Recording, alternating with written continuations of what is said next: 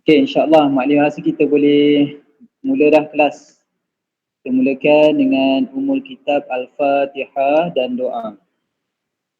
A'udzu billahi minasyaitonir rajim. Bismillahirrahmanirrahim. Alhamdulillahi rabbil alamin. Ar-Rahmanir Rahim. Maliki yaumiddin. Iyyaka na'budu wa iyyaka nasta'in. Ihdinas siratal mustaqim. Siratal ladzina an'amta 'alaihim ghairil maghdubi 'alaihim waladdallin. Amin. Bismillahirrahmanirrahim. Allahumma aftah alaina hikmataka wanshur alaina min khazaini rahmatika ya arhamar rahimin. Rabbi shrah li sadri wa yassir li amri wahlul 'uqdatam min lisani yafqahu qawli. Wa sallallahu ala sayyidina Muhammad wa ala alihi wa sahbihi wa sallam walhamdulillahi rabbil alamin. Ya amin ya rabbil alamin. Okey, jadi Maklim minta untuk kelas hari ini kita akan gunakan buku sirah. Buku sirah, buku teks dan buku aktiviti. Buku teks dan buku aktiviti. Okey, jadi sediakan di sebelah antum buku teks dengan buku aktiviti. Kalau antum tengok dalam channel Telegram, Maklim dah tulis dah surat berapa yang perlu antum buat atau antum tengok. Okey, kalau suara Maklim kurang jelas, tolong beritahu ya. Okey, kita akan tengok pada buku teks. Okey. Buku teks sirah muka surat 10. Kita akan mulakan dengan muka surat 10. Okey. Ini adalah sambungan daripada kisah khalifah yang kedua, iaitu Khalifah Sayyidina Umar Al-Khattab. Okey. Siapa boleh volunteer tolong bacakan kisah Umar Al-Khattab.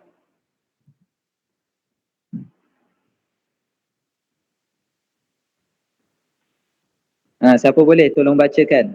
Volunteer dapat pahala. Atau Maklim panggil nama. Okeylah, Maklim panggil nama.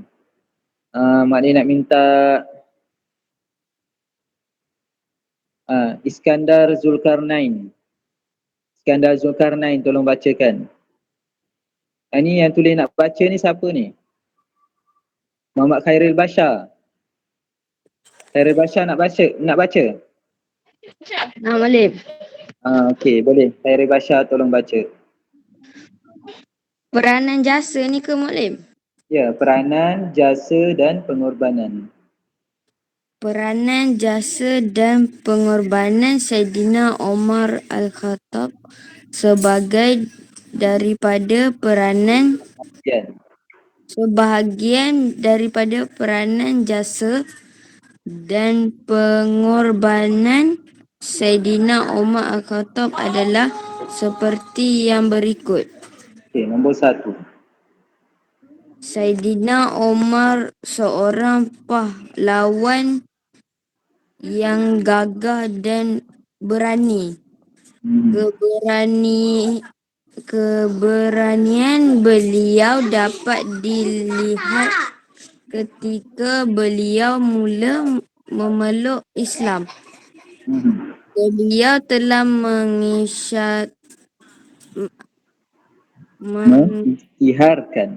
mengisytiharkan dirinya di hadapan orang ramai, dan selepas itu umat Islam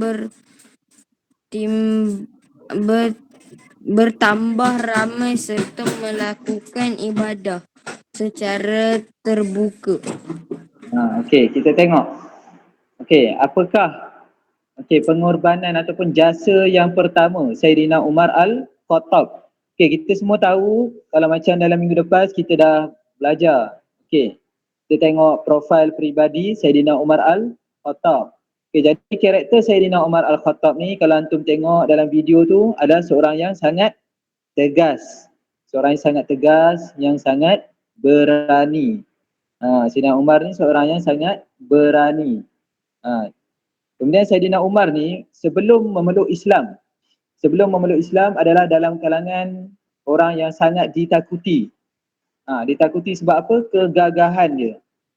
Semua orang takut nak buat main dengan Saidina Umar Al-Khattab.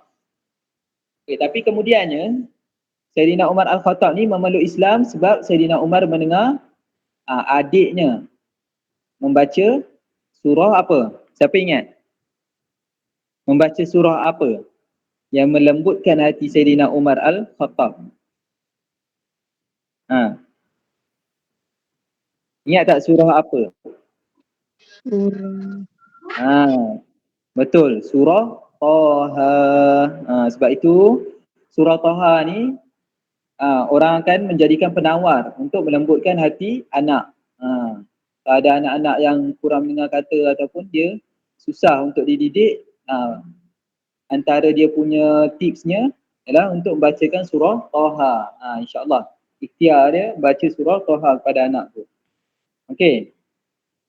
Apa yang terjadi kalau antum perasan sewaktu mula-mula Saidina Umar Al-Khattab mendapat hidayah, okey, tentang Islam ada dua variasi cerita. Yang pertamanya dikatakan Saidina Umar Al-Khattab mendengar surah Taha.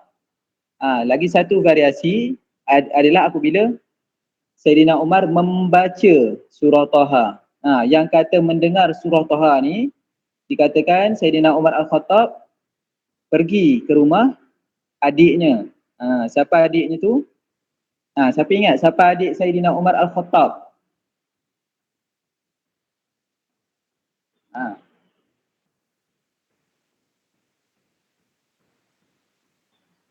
Siapa ingat?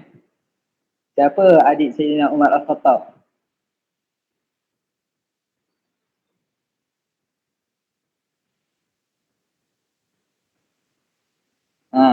Siapa nama dia? Siapa ingat? Semua tak ingat? Okey. Saidina Umar Al-Khattab adiknya nama Fatimah. Fatimah tengah membaca Al-Quran dengan suaminya. Ketika membaca Al-Quran dengan suaminya, menurut variasi cerita yang pertama, Saidina Umar Al-Khattab terdengar bacaan Fatimah tengah membaca surah Taha. Lalu lembut hatinya. Tapi yang kedua, variasi yang kedua ialah kalau antum perasan dalam buku kita, buku teks dia kata mendengar bacaan dari adik dia kalau dalam buku teks kita. Tapi kalau antum tengok dekat sejarah yang lain, sekejap ya. Kalau kita tengok daripada narration yang lain, kisah dia ialah Saidina Umar Al-Khattab datang lalu di rumah adiknya. Mendengar adiknya sedang membaca. Adiknya dengan suami, kiranya adik ipar dengan adik kandung tengah membaca Al-Quran. Lalu Saidina Umar Al-Khattab masuk dalam rumah. Dia tanya, apa yang kamu baca? Kemudian dia pukul, tampar adik dia sehingga berdarah. Di bahagian telinga ada luka. Kemudian setelah dia pukul adiknya macam tu, dia ambil Al-Quran dan terbuka pula masa tu Allah takdirkan ialah surah Taha. Dan Saidina Umar membaca sendiri surah Taha tu. Ataupun lagi satu cerita Saidina Umar, lagi satu versi tu dia kata Saidina Umar tunjuk kepada Fatimah, kamu baca apa yang ditulis ni? Apa yang dituliskan? Kan dia ambil Al-Quran, dia tanya apa yang dituliskan di sini. Jadi Fatimah pun baca itu adalah surah Taha. Dan ayat tu melembutkan hati Umar Al-Khattab. Jadi antum jangan confuse. Jangan confuse sebab memang ada versi yang dia kata membaca, ada versi yang dia kata mendengar. Tapi yang penting kita tahu melalui surah Taha, hati Sayyidina Umar Al-Khattab telah menjadi lembut untuk peluk Islam. Okey, seterusnya apabila Sayyidina Umar dah peluk Islam, Sayyidina Umar ni kan seorang yang berani. Kalau dalam bahasa pasarnya zaman sekarang ni orang kata seorang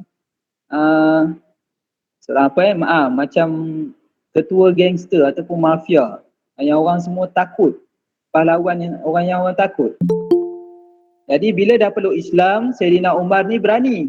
Sayyidina Umar pergi dekat Kaabah dan mengisytiharkan keislaman beliau. Betapa beraninya dia. Sedangkan pada zaman tu kalau orang tahu ada orang yang peluk Islam atau menganut apa-apa agama, dia orang akan dipukul. Tambah-tambah lagi dengar Islam. Okey, seterusnya. Nombor 2, siapa yang boleh tolong bacakan?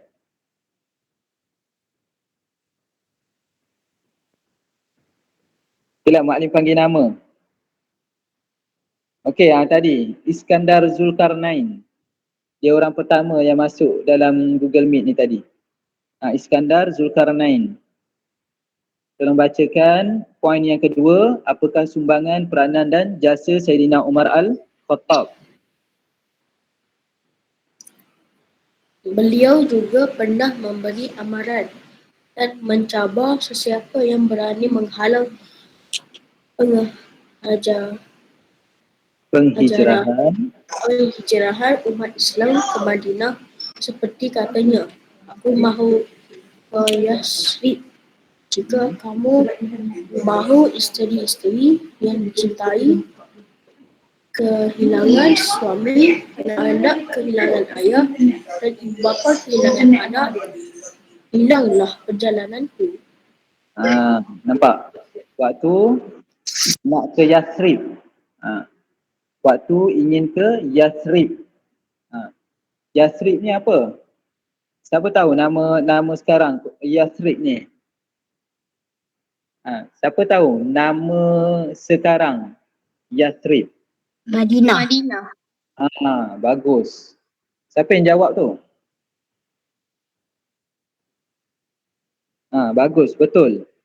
Nama sekarang Yasrib ialah Madinah.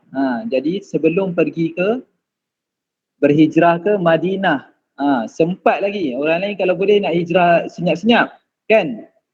Tapi Sayyidina Umar ni dia tahu, dia dah dapat sesuatu yang betul. Jadi kenapa semua orang tak boleh ikut dia? Jadi dia tegas. Dia nak apa yang dia buat, dia dah nampak hidayah tu, dia dah nampak ajaran agama yang betul. Jadi Sayyidina Umar ni bertekad semua orang pun kena peluk Islam. Jadi bila dia nak pergi berhijrah ke Madinah, ke Yathrib, dia bagi tahu semua orang, supaya orang tahu betapa kuatnya Islam ni, tak ada siapa yang boleh pijak-pijak. Jadi orang yang sebelum ni selalu mengasari orang Islam, kan, tak suka pada Islam, dia akan rasa takut. Jadi nampak betapa beraninya. Okey, seterusnya yang ketiga.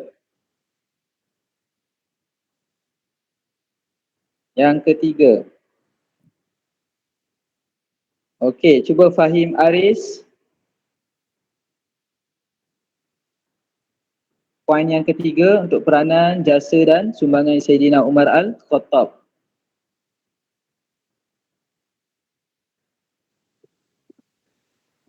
Fahim, ada Fahim?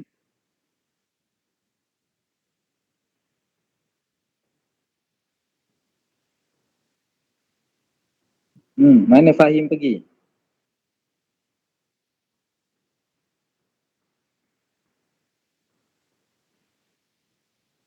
Oh, dia left. Mungkin line internet dia slow. Okey, tak apa. Kita minta ni Royan Al-Fatih.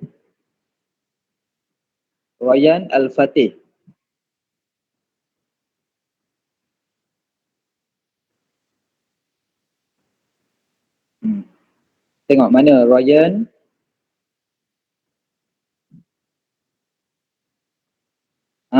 Mic apa tak dengar? Mic rosak ke? Okey. Tak apa. Kita cari pula siapa lagi.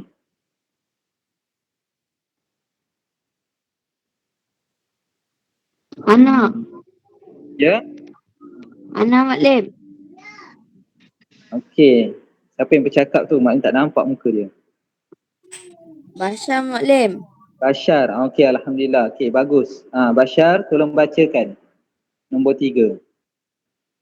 Bersama-sama dengan Saidina Abu Bakar memerangi orang-orang Islam yang murtad keluar dari agama Islam. Orang yang ingkar dari membayar zakat, Nabi palsu yang meluaskan jajahan Islam sehinggalah Parsi. ke Parsi dan Rum. Rom. Rum. Rom. Rum. Rom. Waw ni Rom. Nama tempat. Okey, bagus. Bashar, volunteer. Okey. Macam ni yang kita nak, semangat. Okey. Bersama-sama dengan Saidina Abu Bakar memerangi orang-orang Islam yang murtad. Memerangi orang Islam yang murtad. Sebab apa pada zaman ni bila seseorang tu menganut agama Islam, dia menghadapi pelbagai kesusahan. Diseksa, contohnya macam Saidina, contohnya macam Bilal bin Rabah. Dan ramai lagi, Sumayyah, Ammar, kan ramai yang kena seksa pada zaman awal-awal Islam. Jadi ada yang tak tahan, dia murtad, dan ada yang memang dia sengaja menolak Islam. Sebab apa dia tolak? Dia tak boleh nak berzina, tak boleh nak berjudi, tak boleh nak minum arak. Jadi dia tolak benda tu. Jadi apabila ada Saidina Abu Bakar dengan Umar, menjadi lebih kuat lagi. Untuk apa? Untuk memerangi orang yang murtad. Jadi kalau zaman dulu murtad ni, apa dia yang dia orang buat pada orang yang murtad? Siapa tahu? Apakah hukuman untuk orang yang murtad sebenarnya?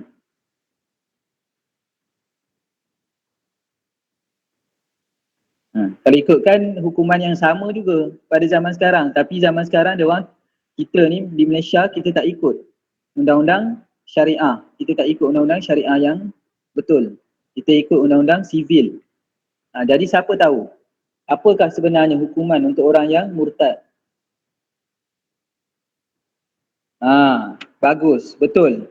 Orang yang murtad hukumnya bunuh. Macam mana bunuh? Kena pancung kepala. Jadi sebab itu orang takkan main-main kan agama Islam. Orang kafir yang nak buat acah-acah jadi orang Islam, kemudian maknanya Islam pun dia akan takut. Sebab dia tahu kalau dia dah masuk Islam, dia tak boleh keluar. Kalau dia keluar, dia kena pancung. Jadi sebab itu zaman khalifah ni, zaman Rasulullah, agama Islam ni dijaga dengan sangat baik. Dia tak macam sekarang. Macam sekarang orang suka-suka, terutama dekat Indonesia. Dekat Indonesia, okey, mak Islam, ayah bukan Islam, adik entah apa-apa agama, suka hati. Dia tak boleh macam tu. Dalam Islam tak boleh macam tu. Lepas tu ada yang sekejap Islam, lepas tu keluar Islam, lepas tu masuk Islam balik, suka-suka. Tak boleh. Sebab apa? Kita kena tetapkan kita punya akidah. Dalam Islam, akidah mesti tetap, firm, kukuh. Tauhid kita hanya kepada Allah Subhanahu wa Ta'ala. Sebab itu hukumannya ialah pancung. Bukan kata Islam tu kejam, tapi ada hikmah di sebaliknya. Ada sebab kenapa hukuman dia pancung. Supaya orang tak boleh main-mainkan agama Islam. Okey. Kalau Mak Alin terlampau lagi, bagi tahu ya. Okey, seterusnya. Yang keempat.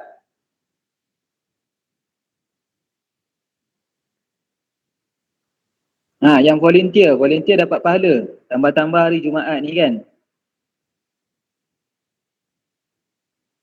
Baca Alim. Okey, bagus. Tolong bacakan.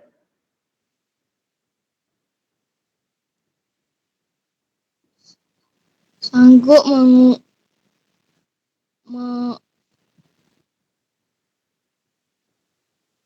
sanggup mengorbankan harta dan nyawanya dalam peperangan yang diikuti demi mempertahankan Rasulullah SAW dan Salam. menyebarkan dakwah Islam. Okey, siapa namanya tu yang guna ID Rus Zailan ni yang tolong baca? Adam. Adam. Okey, alhamdulillah. Bagus Adam. Okey.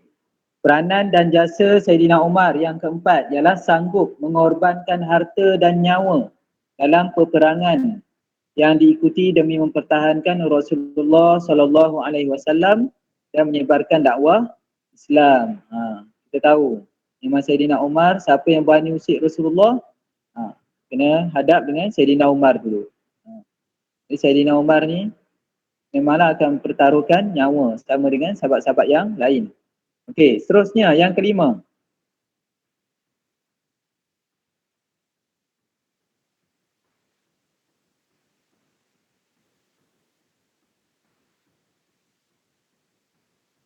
Mak ni panggil nama lah, mak ni ingat boleh ya? Okey.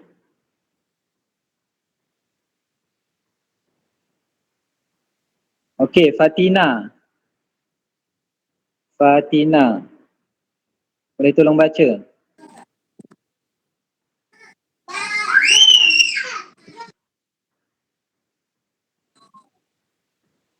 Alim, Ana Alim. Okey, tolong bacakan. Melantik Gubernur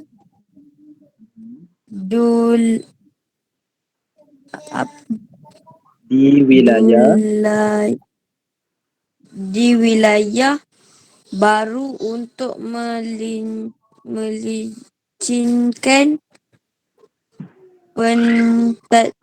pentadbiran. Okey, bagus. Melantik gubernur di wilayah baru untuk melicinkan pentadbiran. Kalau kita perhatikan, poin nombor 4 ni ada kesinambungan dengan nombor 5. Bukan saja Islam tu tersebar di seluruh Alim, dunia. muka surat berapa? Yang ni muka surat 10. Okey. Buku teks muka surat 10. Okey, bukan saja Islam ni tersebar dengan lebih pesat, bahkan masuk dalam bahagian pentadbiran. Maknanya kita dulu, Islam ni adalah orang yang memerintah, agama yang memerintah sesebuah negara. Jadi kalau ada dengar orang yang menolak politik dalam Islam, di sinilah sebenarnya hujahnya. Di mana politik itu sebenarnya adalah Islam. Islam ni merangkumi semua perkara, termasuklah politik, sasiah, kan, akhlak, ekonomi, semua. Tak ada apa yang terlepas sebab semuanya yang Allah yang ciptakan. Jadi kita ni kena firm, kena kembalikan politik atau pentadbiran kerajaan kita dalam tangan Islam. Inilah yang terjadi pada zaman Khulafa' Ar-Rashidin. Diorang pegang betul-betul pentadbiran kerajaan. Diorang kuasai dan buka wilayah baru. Contoh yang Mak Lim bagi contoh. Dia akan buka satu kawasan ataupun pergi ke satu kawasan buat dakwah dan pemimpin di situ bukan Islam. Tapi diorang akan ajak pemimpin tu untuk peluk Islam, dan bila pemimpin tu dah peluk Islam, pemimpin tu akan dibagi jawatan yang lebih tinggi. Ataupun ada kawan-kawan yang jawatannya rendah ataupun yang tak ada jawatan dalam kerajaan, dia akan ambil menjadi pemimpin sesuatu tempat tu. Contohnya macam zaman sekarang, kalau antum perasan benda yang berlaku pada zaman sekarang, contohnya di kawasan kampung orang asli. Kampung orang asli biasanya Jakwa dia akan ada ustaz. pergi masuk kampung orang asli, dia akan dakwah, melakukan dakwah. Dia akan tiru lebih kurang. Kita sepatutnya kita nak hidup senang, kita tiru cara para sahabat dan cara Rasulullah. Jadi macam itulah sepatutnya. Pergi ke kampung orang asli, dakwah. Apabila dah dakwah, orang asli ni dia akan ada ketua kampung. Ketua kampung dia namanya dipanggil sebagai Tok Batin. Tok Batin orang asli ni dia akan train betul-betul, dia akan bagi peluk Islam, dan Tok Batin ni akan pastikan semua anak-anak buah dia, semua penduduk dalam kampung tu peluk Islam. Tapi katalah kalau Tok Batin tu seseorang yang dia dah tua, tapi dia Islam, cuma dia tak mampu untuk bertindak sebagai orang yang menjaga keharmonian agama dalam kampung tu, jadi akan ada dipilih mana-mana anak-anak orang asli yang bersekolah dan boleh membaca jawi. Contohnya dekat Ulu Kinta.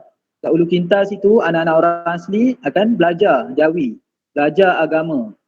Jadi mana yang akan yang cerdik sikit ataupun yang yang outstanding lah kan, biasanya dia akan dilatih betul-betul belajar agama dan dia akan jadi ustaz untuk orang asli. Jadi ustaz ni lah, orang asli ni dia akan duduk dalam kampung, dia ajar, sebarkan Islam tu betul-betul. Dia bukan saja akan jadi ustaz, nanti lama-lama dia akan diserap dalam bahagian pengurusan kawasan. Maknanya dia akan jadi AJK, Ahli Jawatan Kuasa untuk kampung tu. Mula-mula dari AJK, lama-lama dia akan jadi pengurus dan sebagainya, dia akan jadi ketua kampung. Samalah juga macam ni. Dia mula-mula pelan-pelan sikit-sikit dah pandai Islam, kemudian dia mula masuk dalam kerajaan. Bila dah jadi ketua, lebih mudah untuk dia tetapkan ataupun dia wajibkan. Sebab apa? Ketua ni kan, atau amir, dia ada kuasa untuk minta orang yang di bawah dia mematuhi ajaran agama Islam yang betul. Contoh yang lebih besar, yang jauh sikit, kita keluar daripada kampung orang asli, kita bandingkan antara Malaysia dengan Brunei. Kalau antum pergi Brunei, antum tak akan jumpa kelab malam. Kalau antum pergi Brunei, antum bangun pagi waktu subuh, perkara pertama atau perkara yang awal telinga antum akan dengar ialah surah Yasin. Setiap pagi Brunei dia akan alunkan ayat Al-Quran. Dan Brunei ni malam kedai semua tutup. Lepas pukul 10 tu takkan jumpa dah mak rempit ke mina rempit, tak ada. Orang yang melepak sana sini tak ada. Dia betul-betul jaga agama Islam. Sebab apa? Dia pemerintahan beraja. Ketua dia adalah raja dan raja dia lah orang Islam. Sama macam kita orang Islam. Tapi macam mana Brunei ni, dia sedaya upaya mengekalkan ajaran dan ajaran Islam tu betul-betul diterapkan dalam kerajaan. Sebab tu dia boleh jadi sebegitu harmoni sekali. Kalau antum nak tahu, Brunei ni walaupun dia kecil, dia adalah antara negara yang terkaya dan paling banyak khazanah emas dia. Sebab itu adalah keberkatan daripada Allah Subhanahu wa ta'ala. Berbeza, tak sama dengan kita. Okey, jadi sebab itulah pentingnya Islam ni, tampuk pemerintahannya adalah orang yang betul-betul kuat agama. Okey. Seterusnya, kita tengok yang keenam.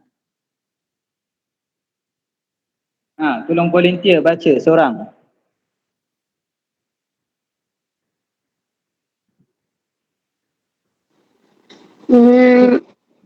Boleh?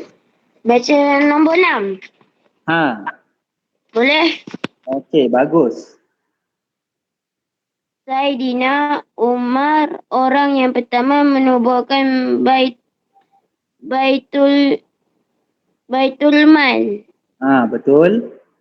Beliau berjalan malam untuk melihat keadaan rakyat serta membantu rakyat yang miskin. Okey. Saidina Umar orang yang pertama menubuhkan Baitul Mal.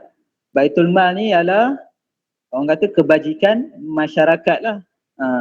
Tapi dia tak macam kebajikan masyarakat kita. Kebajikan masyarakat kita itulah yang Muallim kata apabila tak dikuasai oleh Islam sepenuhnya, dia akan jadi macam susah. Kalau Baitul Mal kita, orang susah yang kena pergi apply. Orang susah dia kena pergi apply. Dah apply tu ada interview lagi. Dah interview bukan tentu dapat. Bayangkan punya susahnya dia nak mendapat keadilan untuk hidup dia sendiri. Kebajikan masyarakat tak sama. Kebajikan masyarakat kita dengan Baitul Mal zaman para sahabat.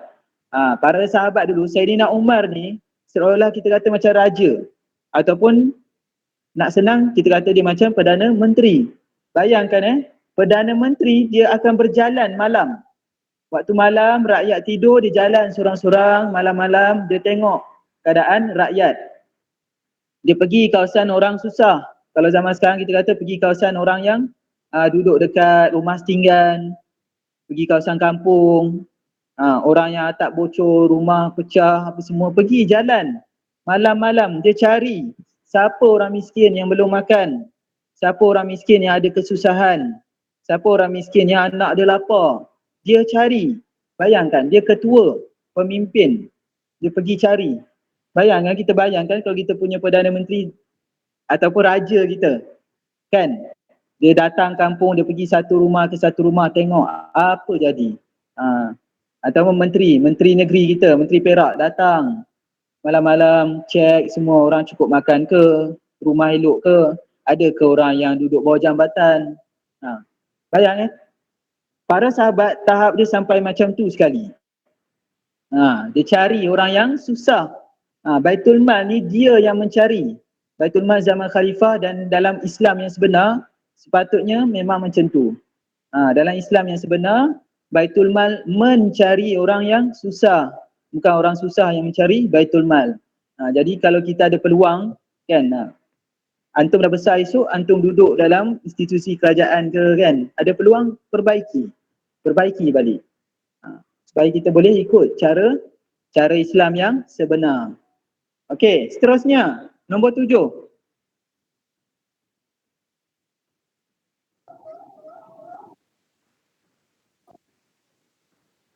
Pahala-pahala. Maklum. Saya. Okey, bagus. Berebut. Okey, kita ambil giliran. Saya. Boleh? Boleh? Boleh baca. Saidina Umar juga telah memulakan takwim Islam mengikut tahun Hijrah serta digelar Amirul Mukminin. Okey, Amirul Mukminin. Saidina Umar memulakan takwim Islam.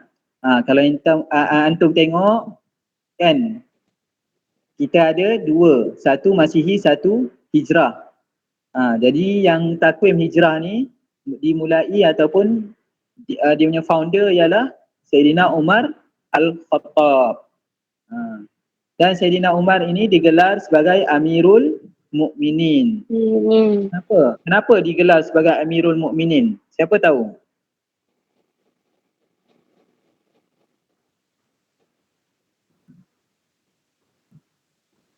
Apa maksud gelaran Amirul Mukminin?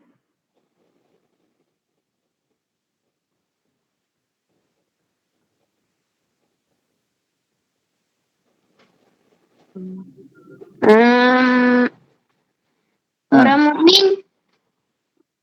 Okey. Amirul, siapa tahu Amirul ni apa? Orang mukmin ni betul. Amirul ni apa? Manusia. Apa? Orang yang mukmin. Okey, orang mukmin ni dah betul. Amirul ni adalah pemimpin. Amir, pemimpin. Amirul, pemimpin kepada al-mukminin, orang-orang yang mukmin. Pemimpin orang-orang mukmin. Okey, itu adalah Saidina gelaran untuk Saidina Umar Al-Khattab. Okey. Yang bermulanya jadi dapat panggilan Amirul Mukminin ialah apabila mereka surat menyurat dalam kerajaan lah. Okey, Imam An-Nawawi pernah berkata gelaran Amirul Mukminin telah diberi oleh Uday ibnu Hatim dan Labid ibnu Abi Rabi'ah semasa mereka menemui Umar sebagai wakil daripada penduduk Iraq. Okey, telah disebutkan juga, okey, gelaran itu pertama kalinya diberi oleh Al-Mughirah ibnu Syu'bah. Okey, terdapat juga pendapat lain yang mengatakan bahawa gelaran Amirul Mukminin timbul daripada Umar Al-Khattab sendiri, iaitu semasa Umar Al-Khattab berucap di hadapan khalayak ramai. Apa yang Umar Al-Khattab kata? Kalian kaum mukmin dan aku amir kalian. Kalian kaum mukmin dan aku amir kalian. Iaitu jadilah Amirul Mukminin, iaitu pemimpin orang-orang mukmin. Okey. Dari situlah dapatnya gelaran Amirul Mukminin. Okey. Baik. Okey. Kita tengok balik. Surat 10 tadi sambung. Akhlak dan kepribadian Sayyidina Umar Al-Khattab. Akhlak dan kepribadian Sayyidina Umar Al-Khattab.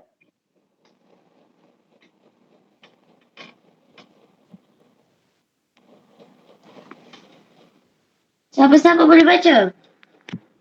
Boleh. Mana? Bagi Abah Syah dulu. Okey, Basha. Okey, Basha baca. Sayyidina Umar Al-Khattab seorang yang tegas dan berani. Sayyidina Umar Al-Khattab berubah menjadi seorang yang lemah, lembut dan terlalu menyayangi. Terlalu menyayangi. Okey, kita sambung tengok surat 11. Menyayangi siapa? Menyayangi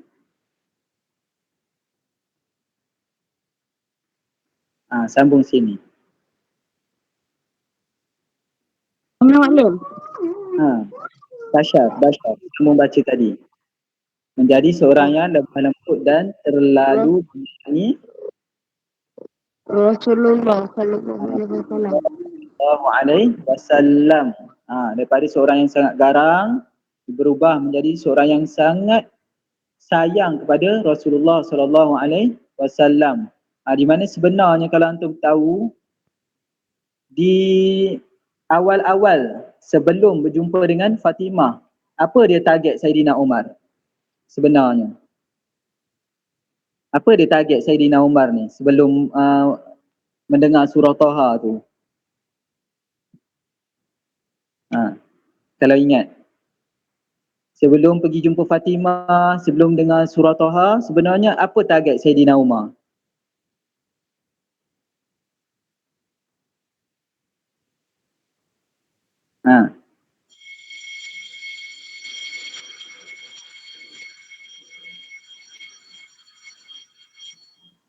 Okey, target Saidina Umar sebenarnya ialah untuk pergi membunuh Rasulullah. Sebenarnya nak pergi bunuh Rasulullah. Tapi bila dah dibacakan dan didengarkan surah Taha, Saidina Umar kata bawa aku ke rumah Rasulullah. Dan semua orang takut, apa dia nak buat dengan Rasulullah ni? Apa nak buat dengan Rasulullah? Rupanya bila sampai ke rumah Rasulullah, Saidina Umar minta Rasulullah ajar Saidina Umar untuk mengucap, untuk peluk Islam. Jadi daripada niatnya untuk bunuh Rasulullah, langsung menjadi sangat sayang kepada Rasulullah. Okey. Kemudian boleh sambung lagi Basha. Beliau pada peringkat awalnya tidak dapat menerima kewafatan Rasulullah sallallahu alaihi wasallam. Okey, ini tentang kisah kewafatan Rasulullah. Sebab tu dimaklumkan tentang kewafatan Rasulullah sallallahu alaihi wasallam, Umar adalah antara orang yang paling marah sekali bila dengar orang kata Rasulullah sallallahu alaihi wasallam dah meninggal. Ha, semua orang takut. Sebab apa? Sayyidina Umar marah. Siapa yang berani kata Rasulullah meninggal? Dia kena hadap Sayyidina Umar dulu. Sebab Sayyidina Umar sedih, terlalu sedih. Dia tak percaya bahawa Rasulullah telah meninggal. Ini tentang kisah cinta dan sayangnya Sayyidina Umar kepada Rasulullah. Antara contohnya waktu ni lah, waktu menerima berita tentang kewafatan Rasulullah. Okey, seterusnya.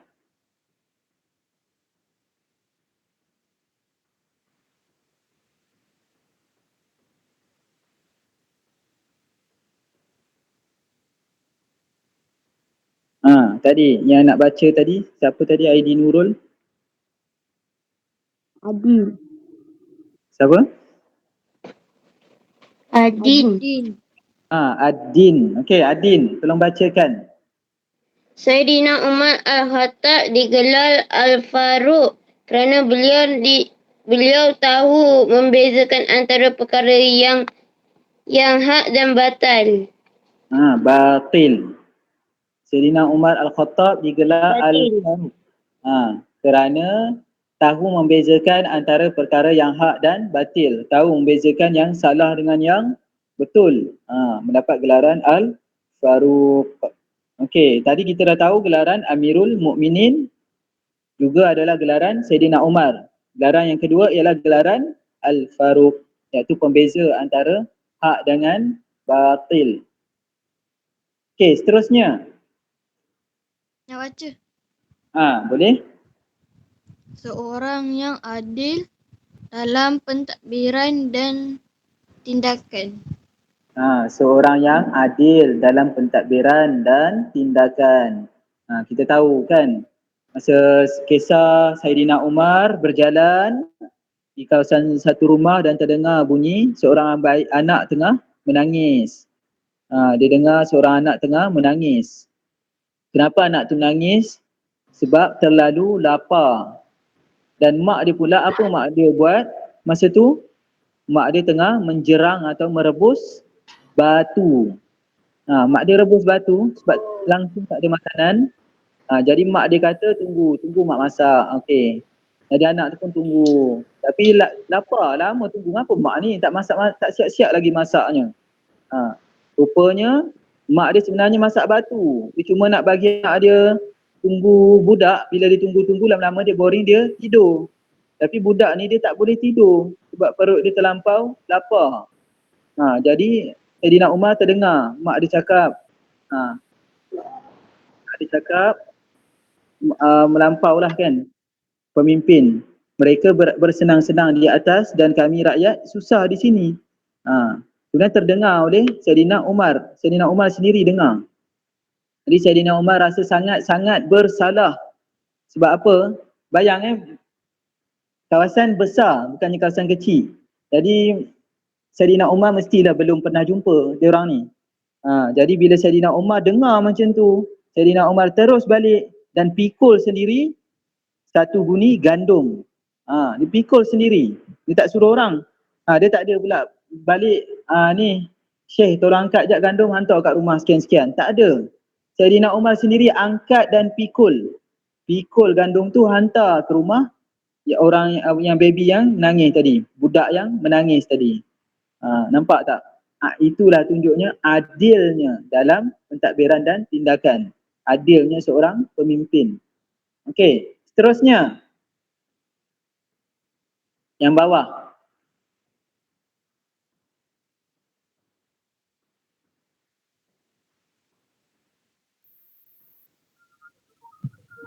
Yang mana?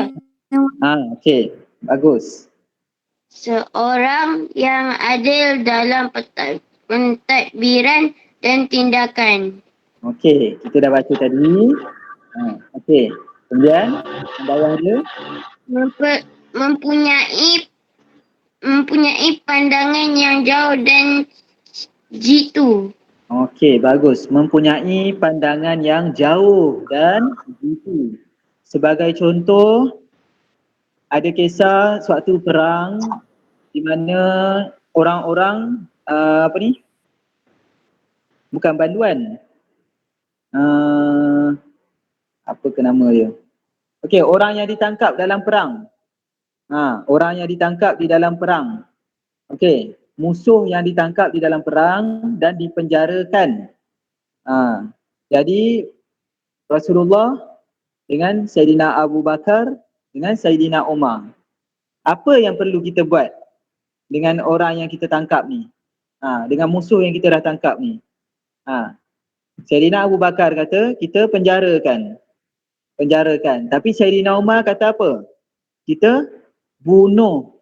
Sebab apa bunuh? Sebab pada awal-awal Islam ni Sayyidina Umar kita tahu dia adalah macam ketua apa, kalau sebut gangster tu macam tak adab pula kan bunyi dia, tapi memang macam tu lah.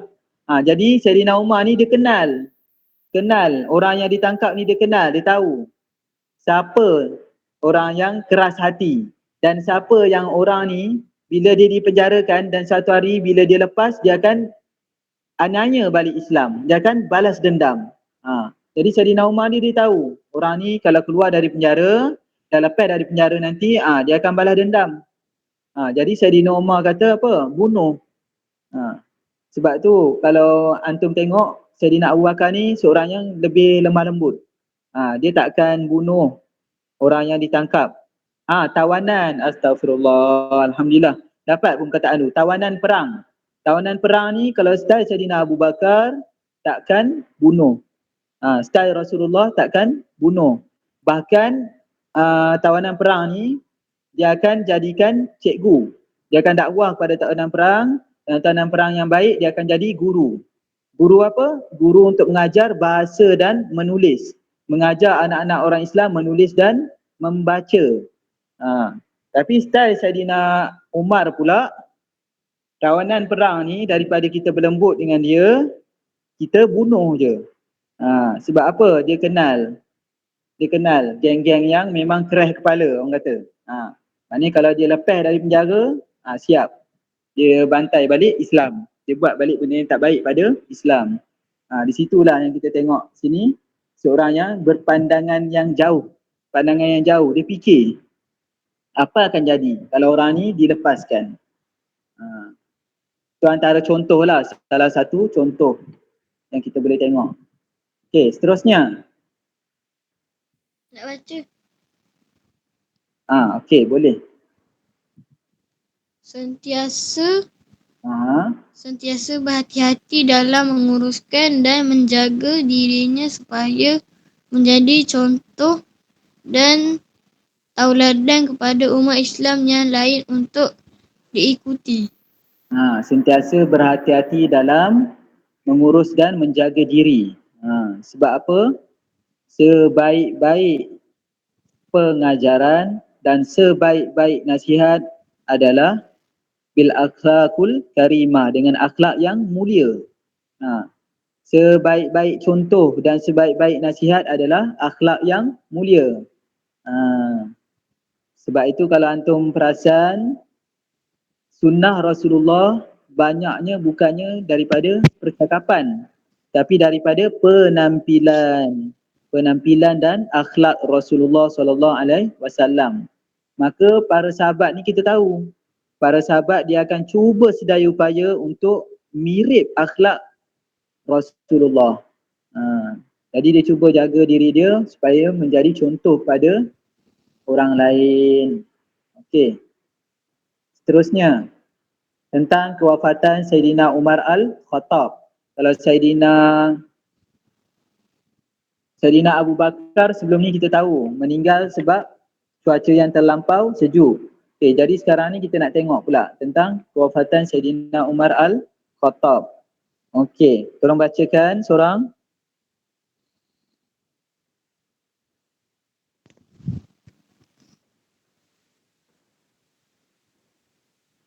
Sayyidina Umar wafat pada bulan Zulhijjah tahun 23 Hijrah ketika beliau berusia 63 tahun. Okey, bagus. Wafat 23 Hijrah berusia 63 tahun. Seterusnya. Orang yang sama pun boleh. Saidina Umar bin Al-Khattab dibunuh oleh Abu Abu Lu'lu'ah. Lu'lu'ah, iaitu seorang hamba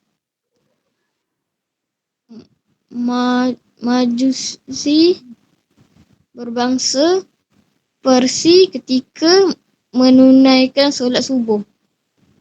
Okey.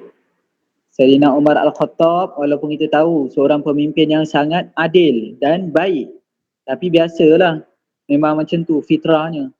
Orang baik macam mana pun dia mesti ada orang yang tak puas hati dengan dia.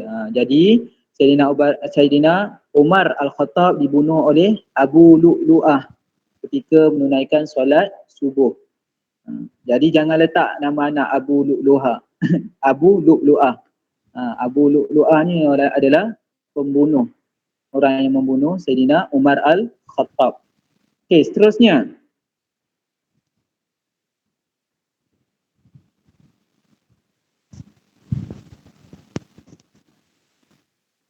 Kewafatan Saidina Umar bin Al-Khattab dirasakan sebagai kehilangan yang besar sebagaimana kata puteri Abu Hasmah, "Wahai Umar, engkau telah menjadi orang susah, engkau telah menjaga orang susah,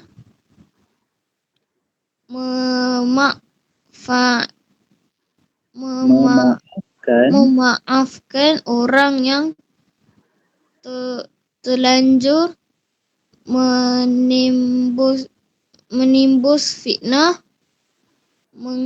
menghidupkan jalan yang baik keluar dari muka bumi dengan pakaian yang suci, sepi dari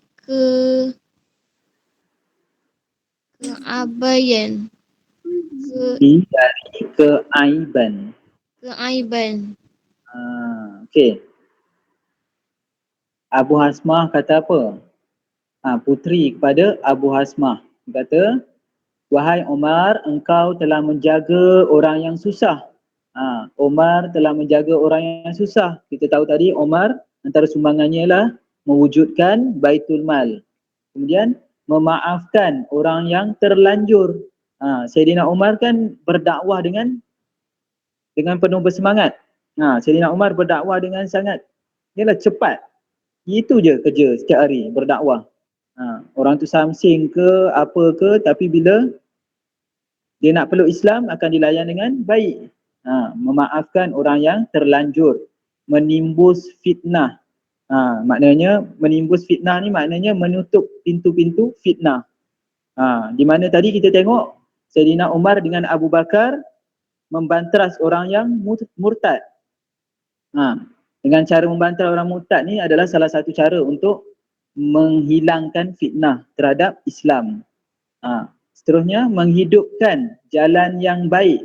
Kita tahu tadi Saidina Umar ni menghantar pendakwah ke serata alam, ke serata tempat sejauh yang boleh sampai ke Parsi dan Rom. Keluar dari muka bumi, dengan pakaian yang suci.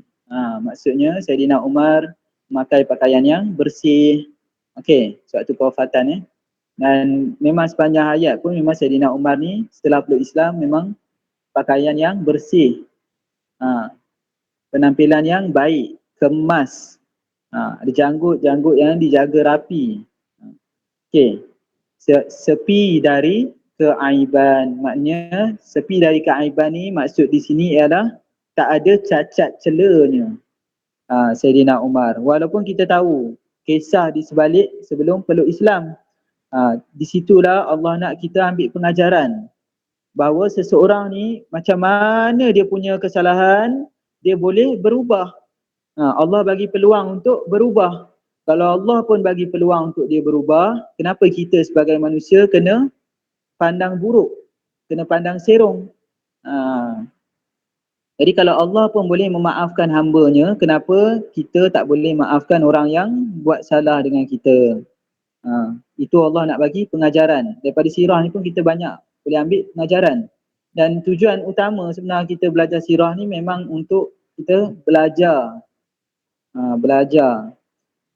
Kenapa diceritakan bagaimana sikap Saidina Umar dan sekian-sekian sahabat lain sebelum peluk Islam. Bukan untuk membuka aib mereka, tapi untuk kita ambil pelajaran. Jangan kita tengok kawan kita, dia ni jahat. Tahun lepas kan dia lah yang curi. Contoh tahun lepas kan dia ni lah curi pensel aku. Tapi tahun ni belum tentu lagi dia akan terus menjadi pencuri. Jadi kita kena dakwah kawan dengan cara yang baik. Dakwah sesama umat Islam dengan cara yang baik. Dan kita yakin bahawa dia boleh berubah menjadi orang yang baik. Dan bila dia nak berubah, kita kena bantu. Okey. Samalah dengan diri kita sendiri. Muallim.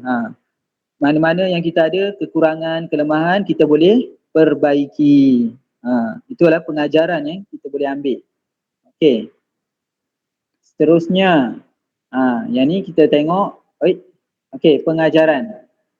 Pengajaran daripada sirah Sayyidina Umar Al-Khattab. Okey. Tolong bacakan yang terakhir pengajaran.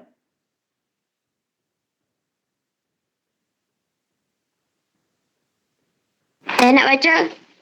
Okey, bagus. Tolong bacakan. Berakhlak mulia dan terpuji serta bersikap adil dalam pemerintahan.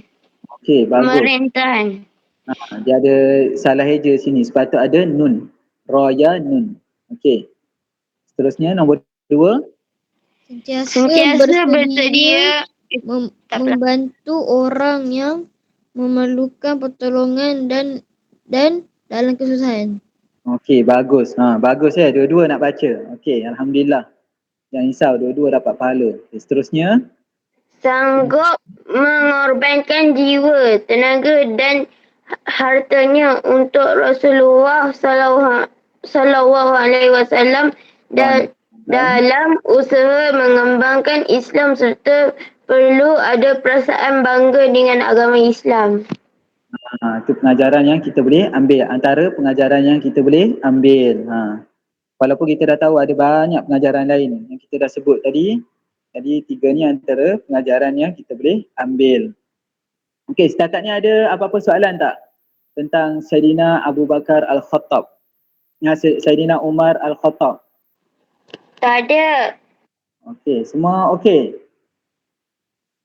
Boleh faham? Kalau ada yang confused ke, boleh tanya Muallim. Semua okey ya? Okey, kalau okey, jadi apa tugasan antum ialah buat buku aktiviti. Aktiviti muka surat 9, 10 dan 11. Selesaikan buku aktiviti muka surat 9, 10 dan 11. Boleh, mana dah siap? Dah siap dah? 9, 10, 11? Dah. Masya Allah, Alhamdulillah. Bagus.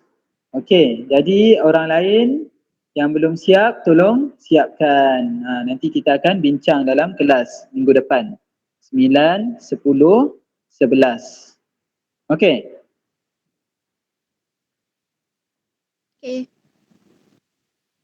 Okey, Muallim kira setakat itu aja kelas kita hari ini. Jadi antum boleh pergi rehat, pergi makan, solat duha. Ingat tak cara solat duha? Ingat. 2 rakaat je. Kalau maksimum 12, minimum 2. Boleh pergi solat duha dulu sementara tunggu kelas berikutnya. Okey, kita tutup dengan tasbih kafarah dan surah Al-Asr. Bismillahirrahmanirrahim. Subhanakallahumma wa bihamdika asyhadu an la ilaha illa anta astaghfiruka wa atubu ilaik. Bismillahirrahmanirrahim. Wal 'asr. Innal insan lafi إلا الذين آمنوا وعملوا الصالحات وتواصوا بالحق وتواصوا بالصبر. Okey. Terima kasih. Assalamualaikum warahmatullahi wabarakatuh. Waalaikumsalam warahmatullahi wabarakatuh. Waalaikumsalam warahmatullahi wabarakatuh. Bye. Bye. Waalaikumsalam.